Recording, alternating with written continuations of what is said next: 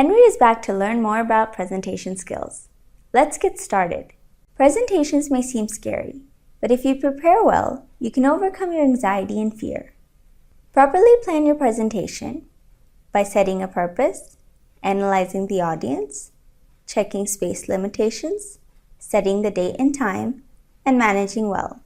The use of visual aids can enhance the quality of your presentation by supporting your ideas, adding variety, improving audience comprehension, and helping illustrate complex ideas.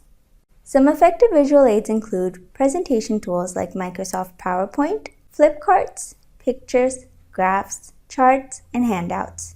Want to learn to catch an audience faster than fish? Well, that was 3 seconds. We'd better use visual aid. The most commonly used presentation tool is MS PowerPoint.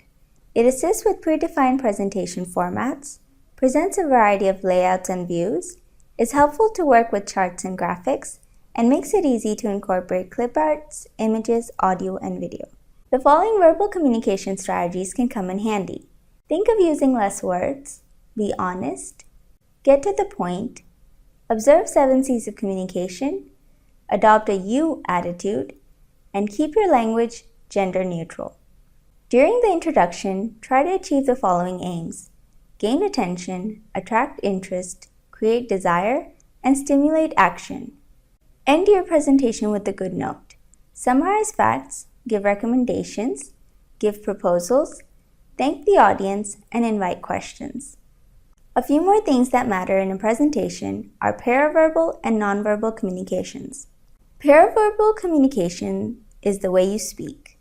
Make effective use of tone, pitch, and the pace of your voice. In nonverbal communication, take care of your attire and appearance, eye contact, and facial expressions. Avoid slouching and frowning, try to keep a smile on your face, and walk around instead of standing in one place. Now, Henry is all set to create, prepare, and present his solution.